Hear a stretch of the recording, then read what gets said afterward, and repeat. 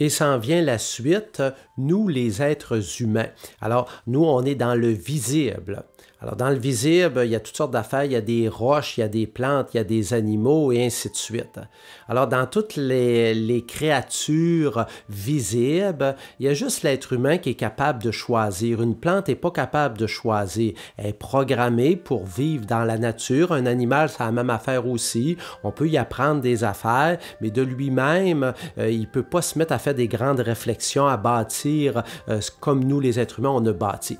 Alors, vous connaissez l'épisode du Jardin d'Éden. Alors, c'est un récit biblique qui nous explique. Puis d'ailleurs, la photo qu'on a sur le clic avec la pomme et le serpent, ben, c'est un petit peu toute la signification de ça. Alors, l'être humain aussi a été mis, les premiers êtres humains à choisir aussi par rapport à Dieu. Et évidemment, ils ont été en plus, eux autres, influencés par ces êtres invisibles qui avaient déjà fait leur choix. Alors, il y en a qui nous ont bien influencés, mais d'autres qui nous ont mal influencés.